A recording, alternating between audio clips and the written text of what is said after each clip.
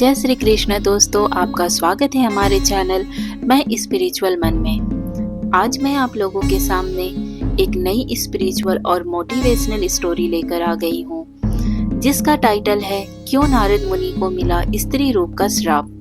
जैसा कि मैं स्टोरी शुरू करने से पहले आप लोगों से एक छोटा सा रिक्वेस्ट करती हूँ, तो प्लीज़ हमारे चैनल को सपोर्ट करें। स्टोरी अच्छी लगे तो वीडियो को लाइक जरूर करें और चैनल को सब्सक्राइब करें। तो चलिए सीधे स्टोरी शुरू करते हैं। एक रोचक कथा जिसमें ब्रह्मा जी ने दिया नारद मुनि को अनोखा श्राप। नारद मुनि के बारे में तो सभी जानते हैं, फिर भी एक छोटा सा इंट्रोडक्शन मैं दे देती हूँ। नारद मुनि जिन्हें भगवान विष्णु के अनन्य भक्त और त्रिलोक में विचरण करने वाले ऋषि के रूप में जाना जाता है। उनके जीवन की कई कथाएं प्रचलित हैं, लेकिन एक ऐसी भी कथा है जब उन्हें अहंकार के कारण उन्हें स्त्री रूप का श्राप मिला। एक बार नारद मुनि ने कठिन तपस्या कर भगवान विष्णु को प्रसन्न किया। भगवान विष्णु उनके सामने प्रकट हुए और कहा, वत्स, तुम जो चाहो वरदान मांग सकते हो। नारद मुनि ने कहा, प्रभु, मुझे ऐसा ज्ञान और वैराग्य मिले कि मैं कभी भी मोह के जाल में ना फंसूं। भगवान विष्णु ने उन्हें आशीर्वाद दिया, लेकिन साथ ही एक रहस्यमयी मुस्कान के साथ कहा, वक्त आने पर तुम स्वयं जान जाओगी कि मोह से बचना कितना कठिन है।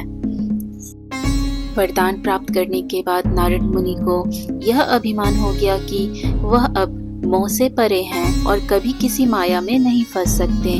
वे सभी लोकों में गर्व पूर्वक कहते घूमने लगे कि उन्हें माया पर विजय प्राप्त हो गई है। यह देख भगवान विष्णु ने नारद मुनि को उनके इस भ्रम से मुक्त करने का निश्चय किया।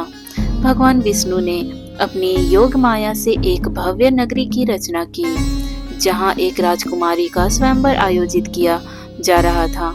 जब नारद मुनि उस नगर में पहुंचे तो उस राजकुमारी के रूप और सौंदर्य को देखकर मोहित हो गए।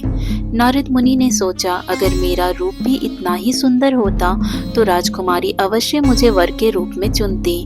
वे भगवान विष्णु के पास पहुंचे और उनसे विनती करने लगे, हे विष्णु भगवान, कृपा करके मुझे आपका रूप प्रदान करें ताकि मैं राजकुमारी को प्राप्त कर सकूं। भगवान विष्णु मुस्कुराए और कहा, तथास्तु। नारद मुनि को लगा कि अब वे विष्णु भगवान के समान ही सुंदर हो गए हैं, लेकिन भगवान जी ने उनके साथ एक लीला रची थी। विष्णु भगवान ने उन्हें वानर का मुख दे दिया, जो उन्हें शीशे में दिखाई नहीं दे रहा था। स्वयंवर के समय जब राजकुमारी ने नारद मुनि को देखा तो वे भयभीत हो गईं और उनका उपहास करने लगी। अंत में उन्होंने भगवान विष्णु को ही वर के रूप में चुना। अपमानित नारद मुनि को बहुत क्रोध आ गया। उन्होंने विष्णु जी को ही श्राप दे दिया। उन्होंने कहा, आपको भी अपने प्रियतमा से वियोग सहना पड़ेगा और मानव रूप में धरती पर जन्म लेना होगा। यह श्राप आगे चलकर राम सीता के वियोग के रूप में पूर्ण हुआ। नारद मुनि के इस अहंकार और मोह को देखकर भगवान ब्रह्मा ने उन्हें एक और सीख देने का निर्णय लिया। उन्होंने नारद मुनि को श्राप दिया, तुम अपने अहंकार के कारण स्त्री रूप में जन्म लोगे और तब तुम माया का वास्तविक स्वरूप समझ पाओगे।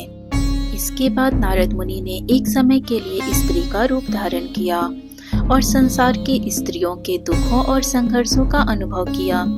यह अनुभव उनके अहंकार को पूर्णतः नष्ट करने में सहायक साबित हुआ। इस कहानी से हमें बहुत ही अच्छा सीख और संदेश भी मिलता है। इस कथा में हमें यह शिक्षा मिलती है कि अहंकार व्यक्ति को अंधा बना देता है।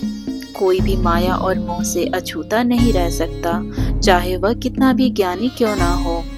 सत्य, विनम्रता और समर्पण में ही निहित है। भगवान विष्णु की लीलाएं हमें जीवन के गहरे रहस्य सिखाती हैं। तो दोस्तों, यह कथा आपको कैसी लगी प्लीज हमें कमेंट सेक्शन में जरूर बताएं। और बहुत जल्द मैं एक और नई स्पिरिचुअल और मोटिवेशनल स्टोरी के साथ आपको मेरे इसी चैनल पर मिलूंगी। तब तक के लिए हंसते रहिए, मुस्कुराते रहिए और अपना ख्याल रखिए। ओम नमो वासुदेवाय नमः।